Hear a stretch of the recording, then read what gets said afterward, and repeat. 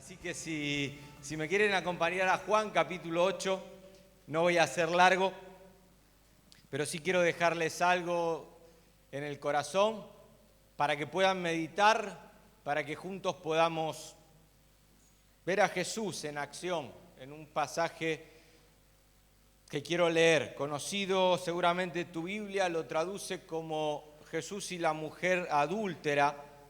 Si tienen la Reina Valera 1960, si tienen otras versiones de la Biblia, seguramente esto que voy a leer no está. ¿Sabían eso o no? No sé si alguien tiene otra versión ahí en mano. A ver, ¿alguien tiene una nueva traducción viviente, una nueva versión internacional? Van a ver que salta del 7.50 y pico, que creo que es el final, al 8.12, pero la Reina Valera conservó este pasaje, que se cree que es Lucas el que lo escribe, pero por alguna razón que no voy a entrar porque se nos iría el tiempo, entra aquí en Juan, y lo que importa es poder llegar a lo que el evangelista o el escritor quiso dejarnos. Así que vamos a leer, no sé si lo pueden proyectar, voy a leer de la Reina Valera, porque repito, ¿alguien tiene otra versión o no? ¿O son todos de Reina Valera 60, acá son de vieja escuela? De la Santa Reina Valera, que seguramente sea la más leída en nuestro ámbito. ¿Se proyecta o no? ¿O leo? ¿Sí? Entre que tengo sueño y no veo nada, cada vez veo menos, no alcanzo. Ahí está. Bien. Bueno, gracias. Y luego te voy a pedir al que esté ahí arriba que algunos textos más que quiero dejarle. Dice que Jesús se fue al monte de los olivos y por la mañana volvió al templo y todo el pueblo vino a él y sentado él les enseñaba. Entonces aparece un grupo muy conocido, escribas y fariseos. Saben que el escriba tenía la tarea de interpretar la ley de Moisés y el fariseo era una especie de predicador, de maestro que luego encarnaba esa interpretación. Y le traen a una mujer sorprendida en adulterio. Curioso que no está el hombre. De hecho, no estoy muy de acuerdo con el título, Jesús y la mujer adúltera. Y bueno, ¿y dónde está el hombre? Hasta donde yo entiendo, adulterio tiene que ver con dos. Parece ser que es toda una confabulación para atrapar a Jesús en algo. La ponen en medio y le dijeron, maestro, esta mujer ha sido sorprendida en el acto mismo de adulterio. ¿Qué mandamiento es ese del decálogo? ¿Qué mandamiento habla del adulterio? Mandamiento número 6. Esta mujer ha sido sorprendida en un acto y Moisés, o la ley, dice, en la ley Moisés nos mandó apedrear a tales mujeres. Pregunta, ¿el pecado se soluciona matando?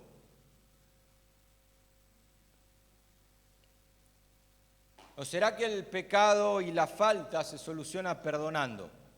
¿Cómo es el tema? Porque el decálogo hablaba del adulterio, pero ahora ellos recurren a Moisés. Noten que el versículo 5 que acabamos de leer, en la ley nos mandó Moisés. Siempre a mí me hace ruido este texto, el que manda a apedrear es Moisés o es Dios.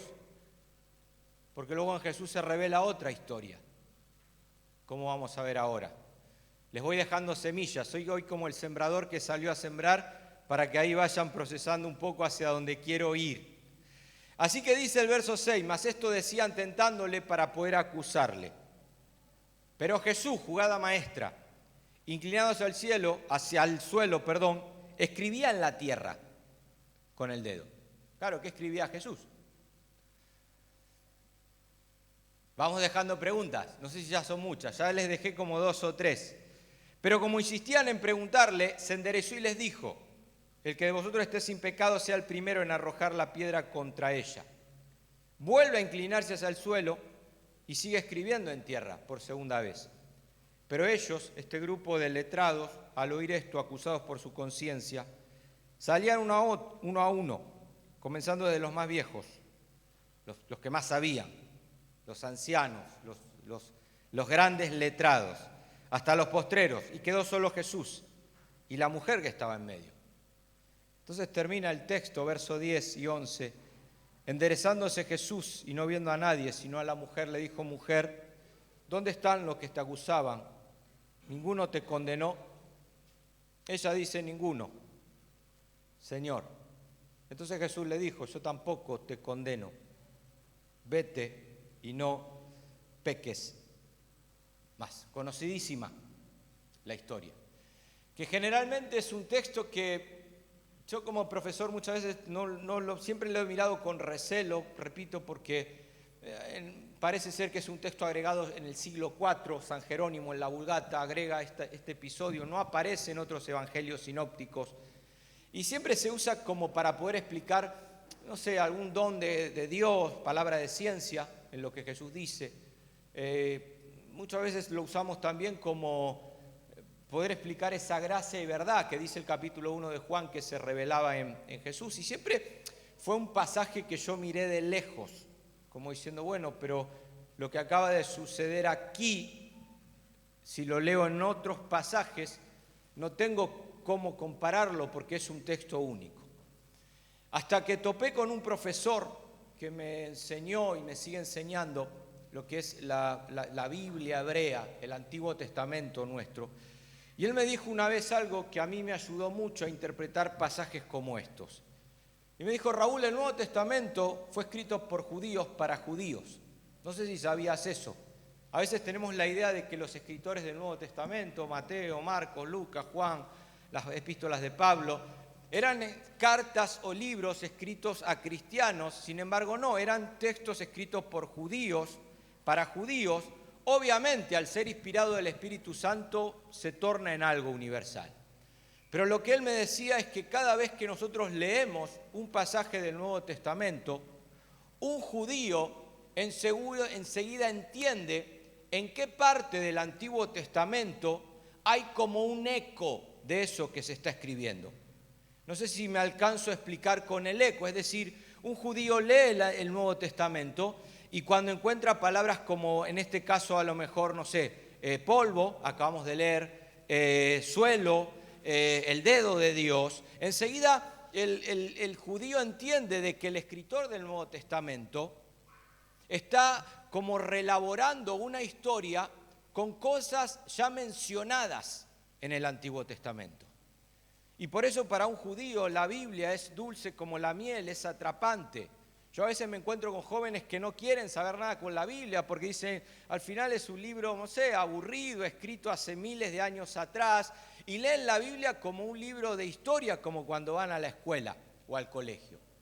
Sin embargo, cuando nosotros entramos a los textos de la Biblia y somos capaces no solamente de poder interpretar, sino también de ver en qué otra parte hay indicios de ese texto y comenzamos a escuchar la voz del Espíritu Santo guiándonos en una misma dirección, entonces la palabra se torna en algo asombroso. Y el Espíritu Santo no solamente vino a recordarnos las cosas que nos habían enseñado, sino que cuando Jesús habló del Espíritu Santo en este mismo Evangelio, habló de que el Espíritu tiene la capacidad de abrirte la mente y mostrarte algo en un texto que no solamente te va a atrapar, sino que también va a tener el poder de transformar tu vida. Y yo les pregunto a ustedes, seguramente no hay ningún judío entre nosotros, pero en estos versículos que hemos leído, ¿qué palabras te hacen eco que aparecen ya en el Antiguo Testamento?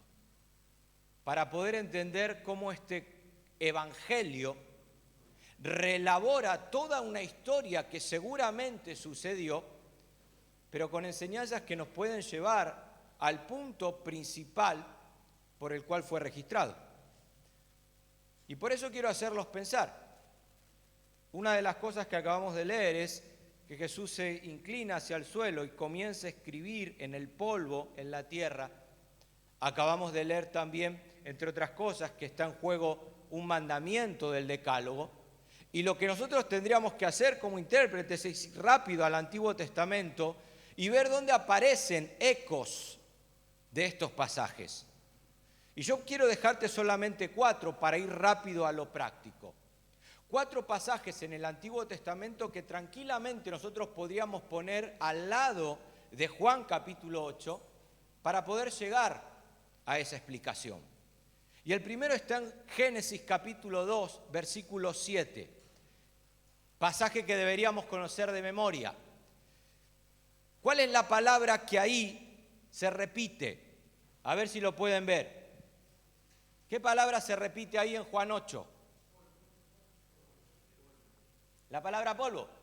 Entendemos que Juan dice que Jesús escribe en tierra, Jesús comienza a escribir en el polvo, y Génesis capítulo 2, versículo 7, nos muestra ya un indicio de cuál fue el propósito original de Dios.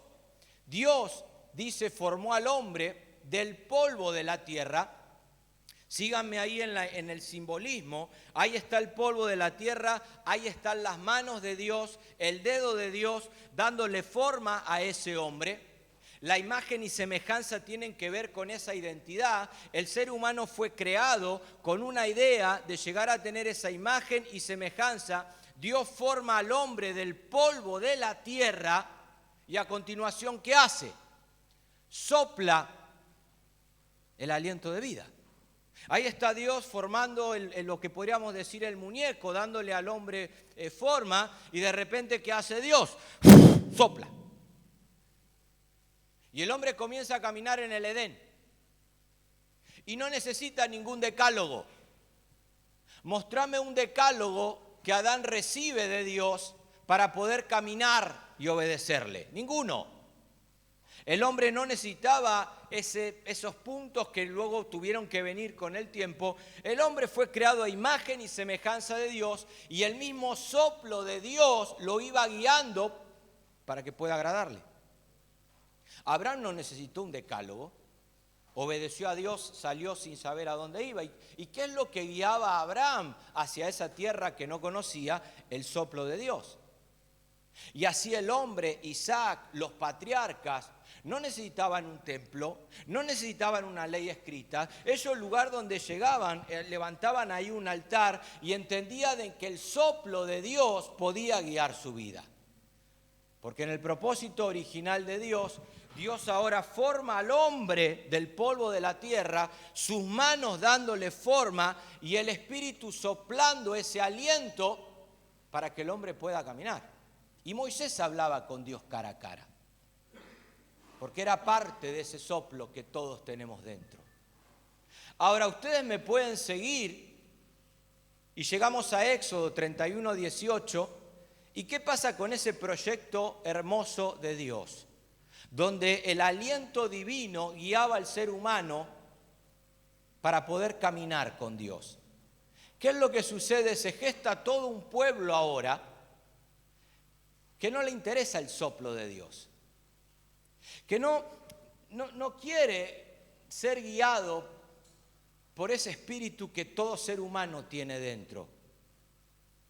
Y ahora lo que sucede es que cuando Moisés acabó de hablar con Dios en el monte Sinaí, Moisés hablaba cara a cara, ¿qué es lo que Moisés entrega al pueblo? Las tablas de la ley. ¿Escritas dónde? Escritas en piedra. ¿Por qué Dios entrega al pueblo tablas escritas en piedra? Porque el pueblo no quiere caminar en esa voluntad. El pueblo le dice, Moisés, sube tú, no sea que Dios nos consuma. Cuando el plan original de Dios nunca fue escribir mandamientos en piedra. Mandamientos en piedra son para personas con corazón de piedra. Lo que Dios siempre quiso fue escribir su ley en el corazón del ser humano.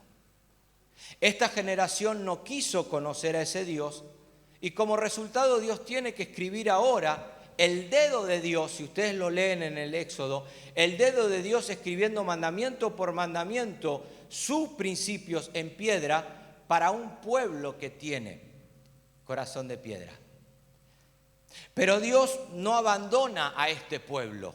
Y Jeremías capítulo 31, verso 33, tercer texto que nos va a dar una pista, ¿qué es lo que Dios espera en algún día y en algún momento? Poder escribir ¿qué? Poder escribir esos mandamientos otra vez en el corazón del ser humano. Eso es lo que nosotros conocemos como el nuevo pacto.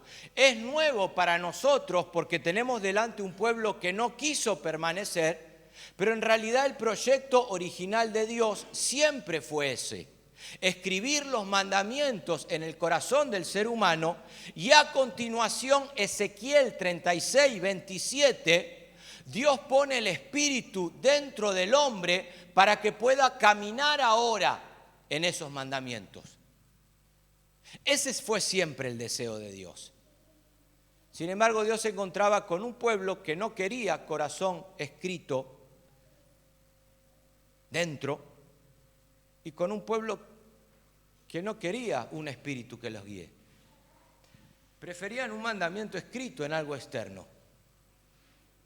Mandamiento escrito en piedra es mandamiento escrito para un pueblo con corazón de piedra. Abraham no necesitaba tablas, Isaac no necesitó tablas, Adán no necesitó mandamientos externos, Moisés no tenía un decálogo para él. El plan y el propósito original de Dios con el ser humano fue guiarlo siempre de esa manera interior. Ahora, familia, llegamos a Juan capítulo 8 y nos encontramos que los escribas y fariseos presentan una mujer sorprendida en un acto de adulterio, mandamiento número 6, y lo que proponen es una pregunta trampa. ¿Qué hacemos? ¿La apedreamos como dice el mandamiento externo escrito en piedra o la dejamos en libertad? Claro, es pregunta trampa, porque si Jesús dice apedreen, enseguida lo podrían acusar. ¿Y dónde está el amor y la gracia que predicás? Si Jesús dice no la apedreen, enseguida lo hubieran acusado. Entonces, ¿por qué Moisés mandó ese mandamiento? Si Jesús hubiera hecho caso omiso, lo hubieran tratado, no sé, de un predicador relativista. O sea, tantas cosas podrían haber sucedido en ese momento. Sin embargo, Jesús nos deja esta jugada maestra y nos recuerda otra vez el proyecto de Dios. Así como en el monte Sinaí, Moisés sube para recibir el decálogo escrito en piedra y luego transmitirlo en pueblo, noten la coincidencia o la similitud que hay en otro monte, en el monte de los Olivos, con lo ocurrido con Jesús. De hecho, se repite en las dos ocasiones un par de veces.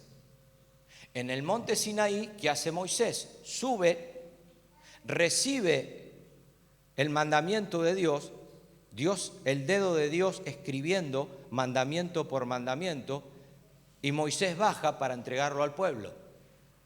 En el caso de Jesús es lo mismo, pero a la inversa. No es Jesús el que sube, sino es Jesús el que baja a la tierra. Y el mismo dedo que escribió el decálogo en el monte Sinaí, ahora comienza a escribir el decálogo en tierra. Mandamiento 1, mandamiento 2, mandamiento 3. Y se levanta ahora para dirigirse al pueblo. Moisés sube, dedo de Dios escribe, Moisés baja, mandamiento escrito en piedra para corazón de piedra. Viene Jesús, algo similar, pero a la inversa. Jesús no sube al monte, Jesús baja a la tierra. El mismo dedo de Dios que escribe en Sinaí, escribe en tierra. Jesús baja hacia donde está la humanidad para luego poder dirigirse a aquellos presentes y transmitirle el mandamiento.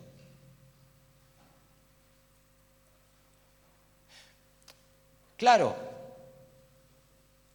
entiendo de que ya estamos encontrando coincidencias. Tenemos el polvo del hombre formado del barro, tenemos el espíritu, tenemos el dedo de Dios escribiendo, el dedo de Dios escribe en Sinaí, el dedo de Dios escribe en tierra. Jesús nos está recordando una vez más que el propósito original de Dios siempre fue poder escribir su ley en nuestro corazón, en nuestro interior. Mandamiento escrito en piedra para corazón de piedra. Y el corazón de piedra, como era el corazón de los escribas y fariseos, siempre es un corazón duro que permitir un pecado es perder poder. Permitir un pecado, el legalismo. Yo me he encontrado en ocasiones que personas con corazón de piedra que son muy celosas de la ley, de las tradiciones y todo, al final es un corazón como que se va endureciendo más y más, cuando Jesús me está mostrando todo lo contrario. Cuando Dios escribe su ley en un corazón de carne, cuando Dios escribe su ley en el corazón del hombre, Él no está queriendo permitir un pecado, sino Él lo que está queriendo es remitir un pecado. Y un corazón así, en lugar de endurecerse frente a una acusación o cuando se siente atacado, lo que logra es que la gracia sobreabunde para que la persona presente pueda comenzar ahora un nuevo camino. Y Jesús, al escribir en tierra, les está recordando a todos los presentes que en el diseño original de Dios, el mandamiento escrito en piedra no fue nunca el propósito que Él tuvo con el hombre. El propósito que Dios tuvo fue poder escribir en tierra, en el propio corazón, porque cuando el mandamiento de Dios es escrito en barro, entonces eso se torna en algo flexible, en algo que se puede trabajar. Cuando el mandamiento es escrito en unas tablas de piedra, en un corazón de piedra, es algo que es rígido, que no se puede cambiar y no queda otra que aplicar en ese momento. Pero cuando Él escribe en un corazón del ser humano, se encuentra ahora con el perdón para una mujer, pero también le ofrece al ser humano la posibilidad de poder perdonar a otros, para que de esa manera el reino de Dios se siga edificando y llevando a cabo en la tierra. Entonces, ¿qué nos faltaría? El mandamiento escrito en tierra me habla del perdón de Dios. Pero si volvemos a Génesis capítulo 2, versículo 7, falta lo segundo. Falta el soplo, el aliento de Dios, del Espíritu Santo, para poder ahora caminar en esa libertad. Jesús le dice, no te condeno, yo escribo mandamiento en tierra, algo flexible, algo que se trabaja. Pero ahora falta lo segundo, falta que esa mujer se vaya y no peque más. Es la gracia de Dios, como a veces hablamos, no tiene que ver con libertad para pecar, la gracia de Dios tiene que ver con libertad del pecado. Y la mujer ahora lo que ya necesita es, a una fuerza interior que le permita a ella caminar en una nueva dimensión de gracia que le ayude a no volver otra vez a lo que había hecho. Y lo descubrimos otra vez en Génesis capítulo 2, versículo 7. Dios forma al hombre del polvo de la tierra, Dios trabaja en corazones, Dios trabaja en barro, pero ahora necesita el soplo del Espíritu Santo para poder caminar en esa gracia. Una mujer que ha sido perdonada, pero que ahora tendrá que caminar en un perdón y en una libertad. Es como cuando nosotros vinimos por primera vez a la iglesia y la palabra nos llega y de repente nuestro corazón comienza a ser transformado y enseguida lo que se nos enseña es a vivir por lo que es pecado y no es pecado. Y esto está bien y esto está mal, y esto está bien y esto está mal. Y de alguna manera como que nos entregan un decálogo escrito en piedra, ¿no? Haz esto y no hagas esto, esto te va a ayudar, esto no te va a ayudar. Pero cuando uno va siendo guiado por el Espíritu, como que uno tiene que haber un crecimiento en áreas que ya no vivo por lo que es pecado y no es pecado, ahora vivo por lo que edifica y no edifica a Dios. Y eso no te lo enseña el mandamiento escrito en piedra. Eso te lo va enseñando el mismo Espíritu que te fue dado y te va guiando. Y yo ahora quiero caminar en lo que edifica y no edifica. Y para eso muchas veces voy a tener que discernir hacia dónde Dios me está llevando. Pero mi amor por ese perdón sigue creciendo. La gracia se sigue apoderando. Y yo ahora ya no quiero caminar por lo que es pecado y no es pecado, lo que edifica y lo que no edifica, sino que yo ahora quiero caminar por lo que glorifica a Dios. Y necesito de esa fuerza, necesito de ese soplo, que ya entendí que el perdón de Dios ahora me fue dado, pero ahora hay una fuerza interior en mí que no la entiendo, que no la puedo explicar, que no hay letrado que me lo pueda ahora exponer delante de un libro, escribir una teología. Ahora es el Espíritu que me va guiando en un caminar donde yo soy libre y voy abriendo camino y perdonando a otros para que el reino de Dios sea edificado en la tierra. Y cuando llegamos a este evangelio, ya tenemos Jesús escribiendo en polvo, en barro. La última orden que Jesús le da a los discípulos, Juan capítulo 20, verso 22, y vamos a la aplicación. Nos falta ahora el soplo del Edén. Y Jesús a ese grupo presente, entre ellos los discípulos, les dice, yo les voy a dar la clave, Juan capítulo 20, verso 22, para que ustedes puedan ahora caminar en esa fuerza interior. No solamente habiendo sido perdonados, sino teniendo la capacidad para perdonar a otros y que ese otro pueda seguir en ese mismo camino. Y dice el capítulo que habiendo dicho esto Jesús, sopló y ¿qué dijo? ¿Recibid?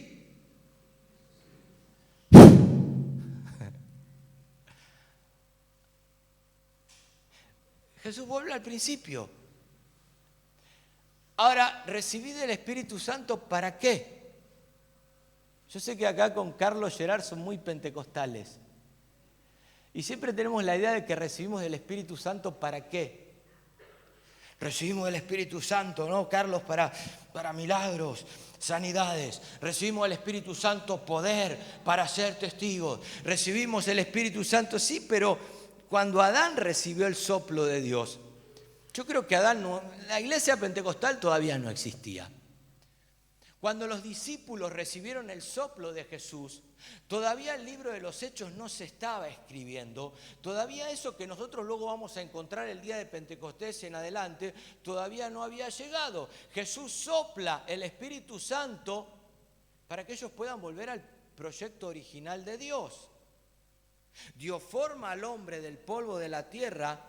La huella de Dios escribiendo su ley en el corazón del ser humano para que éste pueda verse perdonado, pero en segundo lugar soplando el Espíritu Santo, versículo 23, ¿para qué?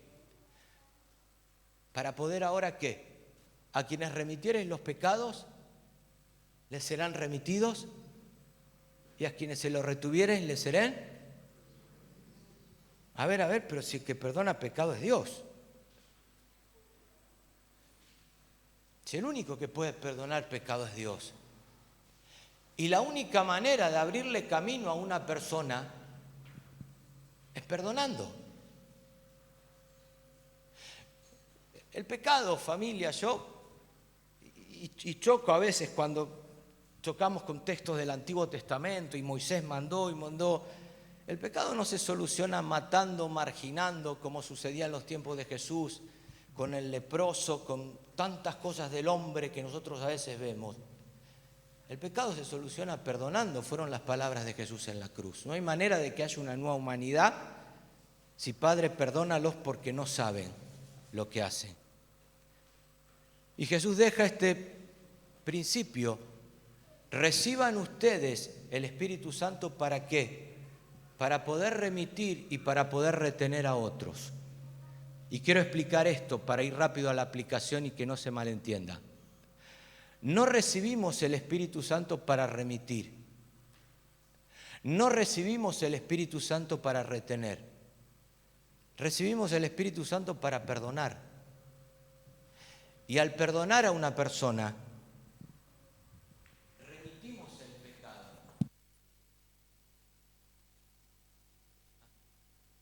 Retenemos el pecado. No puede haber reino de Dios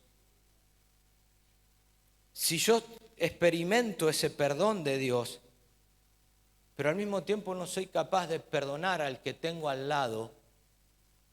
Necesito una vez más de ese soplo de Dios para que esto pueda continuar y abrir camino como Jesús quiere que sus discípulos lo hagan.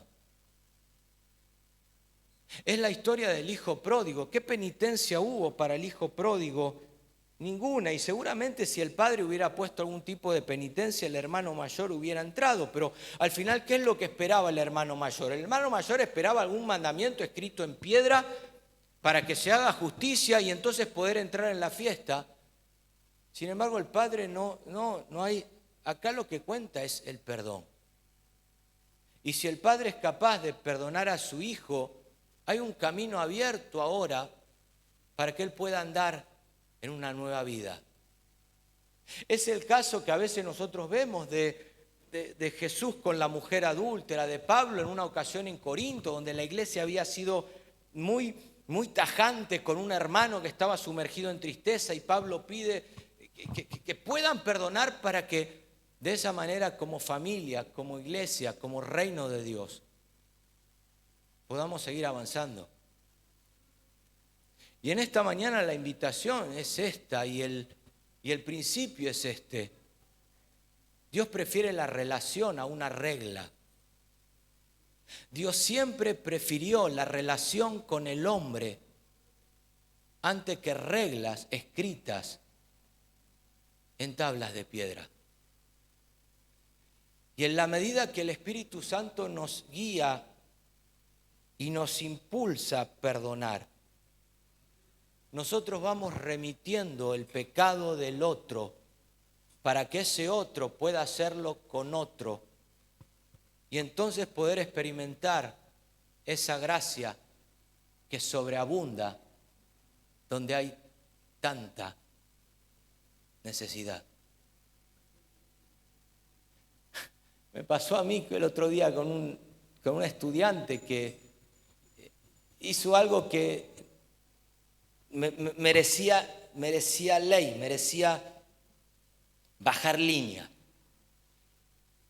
Y yo tenía dos opciones, o bajar el decálogo, como Moisés lo hizo con el pueblo, o perdonar. Y al perdonar yo experimenté que de alguna manera el pecado de esa persona era remitido. Al perdonar pude ver que le estoy dando a esa persona una segunda oportunidad de poder volver a intentarlo. Al perdonar entiendo de que no hay experiencia más fuerte en las Escrituras que la experiencia de poder perdonar al otro por una fuerza interior que no entiende de regla, sino que entiende de misericordia. Y que en esa misericordia el reino de Dios, la nueva creación, es la luz que prevalece en medio de las tinieblas. Y vengo de Madrid sin dormir para dejarte esto, de que seguramente hay alguien que te va a tocar mirar y poder cerrar el libro y poder recordar que Dios sigue escribiendo en el hombre, que lo del libro es consecuencia de un hombre que no quiso entrar en esa comunión, en esa intimidad con Dios.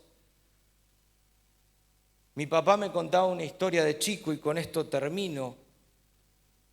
Y lo hizo con buena intención. Y él tenía un libro, Carlos seguramente lo tenés, era un libro de Samuel Vila, que eran ilustraciones, no sé si alguno más de la época de los 60, 70, ilustraciones de Samuel Vila. Yo nunca voy a olvidar, él me contaba historias de chico y nunca voy a olvidar de una, que un hijo se portaba mal. Y el padre una vez le dijo, mirá, cada vez que hagas algo voy a poner un clavo en una puerta. ¿Te acordás de eso o no? Entonces el hijo era un sinvergüenza, un desgraciado, un hijo. Y cada vez que hacía algo, ¿no? El clavo en la puerta, llegó un momento que toda la puerta estaba llena de clavos. Y el hijo dijo, bueno, papá, pero me avergüenzo, vamos a hacer una cosa. Cada vez que me porto bien, sacás un clavo. Y el hijo comenzó a portarse bien y comenzaron a quitar los clavos de la puerta y llegó un momento que no había más clavos en la puerta. Pero ¿cuál era la moraleja? El hijo le decía, papá, quitaste los clavos, pero quedó la marca, ¿sí o no? Y la enseñanza del libro, ¿cuál era? Dios perdona pecado, pero el pecado deja huella.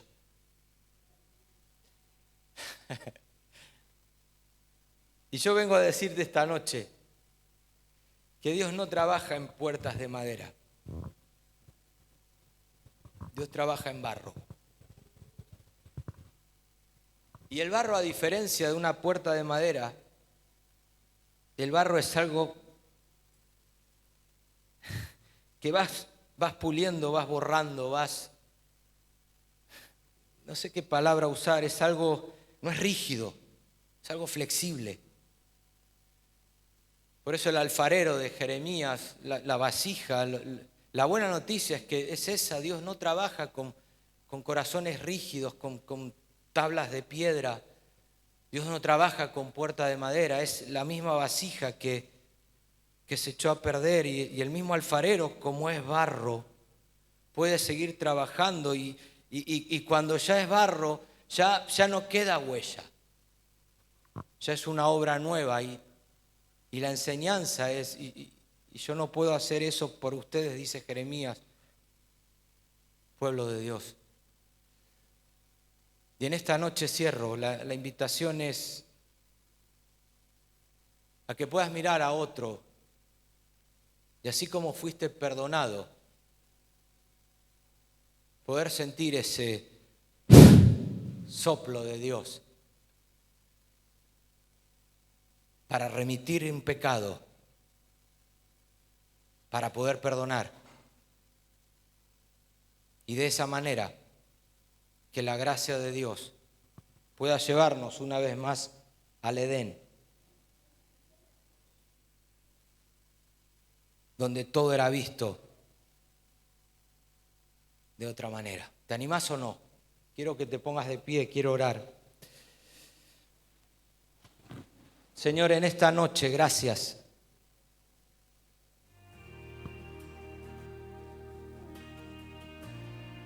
Gracias porque Jesús me muestra siempre el diseño original. De que tu propósito fue siempre tener comunión con el hombre y la gran tragedia del ser humano es no entrar en esa comunión, en ese diálogo.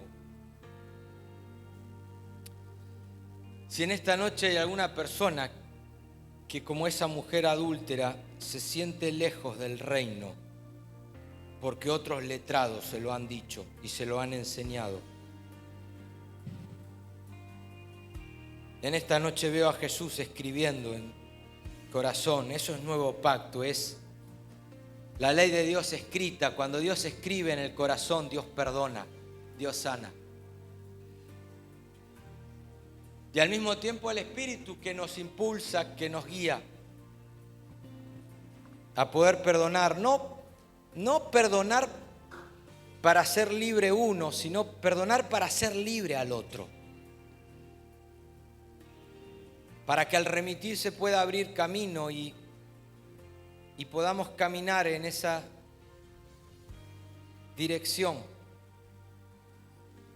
que nos sana, nos libera, nos hace tus hijos. En esta noche oro por cada familia, por cada persona representada, que el soplo de Dios pueda irrumpir y que nadie salga de aquí condenado, sino con el desafío de no volver a hacerlo, porque hay un Espíritu que nos va a enseñar y nos va a guiar y nos va a llevar a ello. Gracias. Gracias en esta noche, en el nombre de Jesús.